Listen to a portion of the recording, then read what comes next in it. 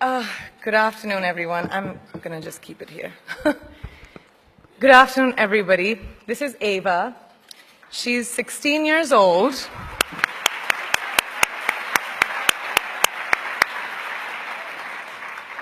An age where girls should be enjoying their innocence and joys of their youth. But she, at such a tender age, understands the importance of being a voice for her peers, an advocate for young girls and women around the world who may not have the opportunities that us sitting over here have. So receiving this honor from a hero like her makes this so much more exceptional. So thank you.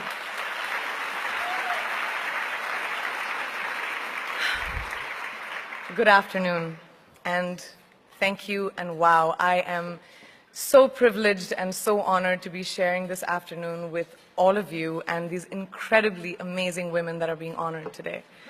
I'd like to extend my congratulations to each one of you, Octavia, Michelle, Kelly, Patty, and all 50 women that have been included in the Impact Report. Your achievements not just inspire me, but also so many others to work harder, to be better, and to make a dent wherever we can. So I'm very, very proud to be standing alongside of you. So in life, you know, there are moments when you stop and ask yourself, how did I get here? Like, why am I standing here? Well, this is definitely one of those moments for me. And I find myself going back to the beginning, back to my roots. I was born to incredible parents, amazing parents who served as doctors in the Indian Army. I was the firstborn, and as far back as I can remember, I made my parents very proud and happy 99% of the time. Okay, slight exaggerations of personal achievements are allowed from time to time, don't you think? My brother was born a few years later, and even then, nothing changed for me. We were both given equal opportunities, and I want to emphasize this. I want to really emphasize this for you because I don't think a lot of people might understand that being equal might seem very normal. But where I come from, India, and a lot of developing countries around the world, more often than not, this is an exception. It's actually a privilege. My first experience of the glaring disparity between boys and girls came at a very, very young age. I grew up in a middle-class family with extremely philanthropic parents who constantly reminded me and my brother how lucky we were and how giving back to those who were less fortunate was not a choice. It was a way of life. Simple. I was 7 or 8 years old when my parents started taking me on these visits in a traveling clinic to developing communities around and villages around the city that we lived in called Bareilly. We were packed into this ambulance, and my parents would provide free medical care to people who couldn't afford it. My job at the age of 8 was assistant pharmacist. So I would count all the medicines, put them in an envelope, and give it out to patients. And I really took my job very seriously, very seriously. But the more I went on these expeditions, the more I began to notice the simplest things that distinguished a boy from a girl, or a man from a woman. For example, girls were pulled out of school when they hit puberty because they were considered ready for marriage and babies. That's 12 and 13, while boys still enjoyed their childhood. Or basic human rights, such as healthcare, were denied just because they were women. Let's call this whole experience trigger number 1 for me. Fast forward a few years and many, many triggers in between. Like a producer-director, for example, early on in my career, I must have been about 18 or 19, telling me that if I didn't agree to the ridiculous terms or painfully low salary in his movie, that he would just replace me. Because girls are replaceable in the entertainment business. That was a memorable one. Made me decide to make myself irreplaceable. But I think what really moved the needle for me and ultimately led me to create the Priyanka Chopra Foundation for Health and Education, and around the same time partner with UNICEF, was an encounter with my housekeeper's daughter. About 12 years ago, I came home from set early one day, and she was sitting in my library reading a book. And she must have been 8 or 9 years old, and I knew she loved reading. So I asked her, I was like, it's a weekday, why aren't you in school? And she said, oh, I don't go to school anymore. So I went and asked her mother, and I said, why isn't she in school?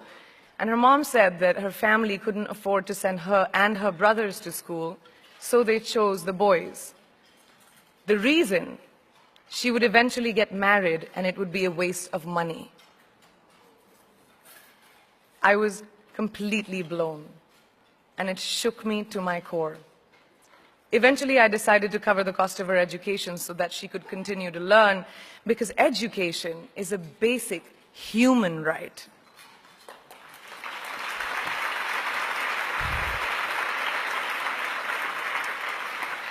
And a huge necessity, especially today.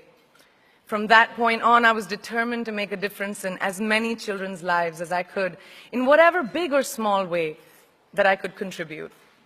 There's a really, really beautiful quote that I read recently, and I think it's absolutely appropriate to explain what I'm trying to say today. The hand that rocks the cradle, the procreator, the mother of tomorrow, a woman shapes the destiny of civilization. Such is the tragic irony of fate that a beautiful creation such as a girl child is today one of the gravest concerns facing humanity. Girls have the power to change the world. It is a fact, and yet today, girls are more likely than boys never to set foot in a classroom, despite of all the efforts and progress made over the last 2 decades. I'm just going to give you a stat, more than 15 million girls of primary school age will never learn how to read or write, compared to 10 million boys. Primary school, it's the beginning of our future.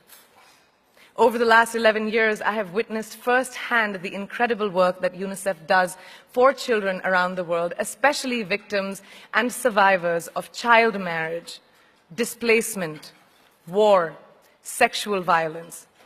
But there is still so much work to do.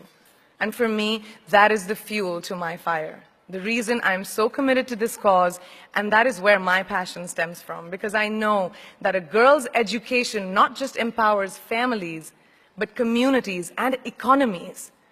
A result of her education, we all do better. It's just as simple as that.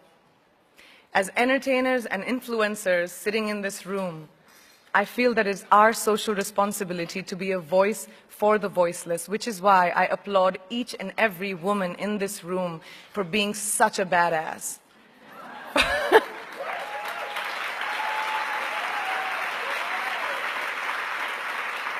For using your platform and your voice to contribute to change, and for ensuring that there is not even one lost generation as long as we are alive.